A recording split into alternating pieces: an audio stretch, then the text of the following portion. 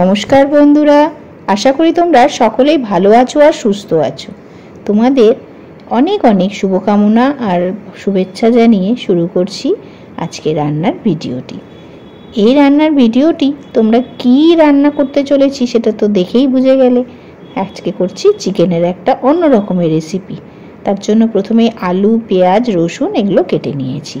আর এইখানে চিকেনগুলোকে আমি boneless R with বোন দু রকমই নিয়েছি, তবে লেগ পিসটা একটু বেশি নিয়েছি। সেটাকে ধুয়ে জল ঝরিয়ে কিছুক্ষণ রেখেছিলাম। তার মধ্যে 1 কেজি মাংসতে আমি নিয়েছি প্রায় 100 গ্রামের মতন টক দই।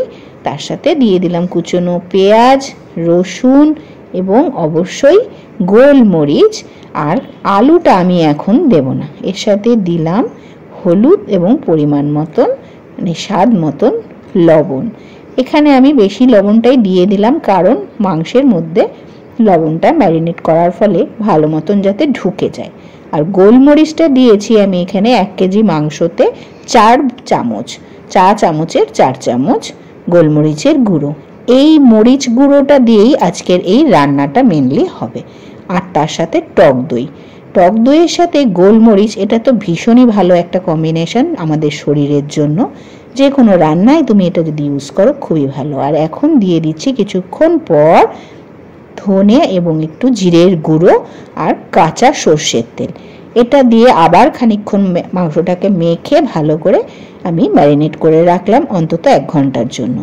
এবারে তেল গরম হয়ে যাওয়ার পর গরম মশলা আর তেজপাতা, শুকনো লঙ্কা ফোড়ন দিলাম। জিরে কিন্তু এটাতে ফোড়ন পড়বে না। তারপরেই ম্যারিনেট করে রাখা মাংসটা দিয়ে দিলাম।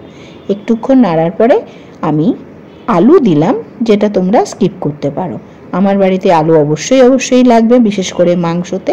বেশ খানিকক্ষণ কষানো হলো এবং তার মধ্যে আমি কিন্তু কয়েকটা কাঁচা লঙ্কাও গোটা অবস্থায় দিয়ে দিয়েছি। দেখো, মাংসটা অনেকক্ষণ ধরে কষিয়েছি এবং ঢাকা দিয়ে দিয়ে কষিয়েছি। পুরো মাংস থেকে খুব সুন্দর তেল বেরিয়ে এসছে। এটা কিন্তু মাংসের তেল নয়, এই পুরো তেলটাই বেরিয়েছে দইয়ের থেকে। আর আমি তো লঙ্কার গুঁড়ো দেইনি, তোমরা তো জানো আমি রান্নায় লাল লঙ্কার গুঁড়ো ব্যবহার করা পছন্দ করি না। এবারে ভালো করে মাংসটা কষে যাওয়ার পর আমি এখন দিয়ে দিলাম কসুরি মেথি। হাত দিয়ে একটু ভেঙে দিয়েছি। আর তারপরে বেশ খানিকক্ষণ আবার মাংসটাকে নাড়াচাড়া করব। আলুও আমার এখন মোটামুটি সেদ্ধ হয়েই এসছে। এখন কিন্তু আমি খুব সামান্য একটু ঝোল দিয়েছিলাম, যেটা একেবারেই শুকিয়ে গেছে। আর মাংসটাও আমি সার্ভ করে নিয়েছি প্লেটে। আর এই রান্নাটা একদমই অন্য রকমের একটা রেসিপি, যেটা ভাত, রুটি, পোলাও সব কিছুর সাথে খুব ভালো লাগে খেতে। আর এটা একেবারেই একটু ভিন্ন স্বাদের রেসিপি। যদি তোমাদের এই রান্নাটা দেখে ভালো লাগে তাহলে অবশ্যই চ্যানেলটিকে সাবস্ক্রাইব করে রেখো, আরও এরকম একটু নিত্য নতুন রান্না দেখার জন্য। সকলে ভালো থেকো, সুস্থ থেকো আর সাবধানে থেকো।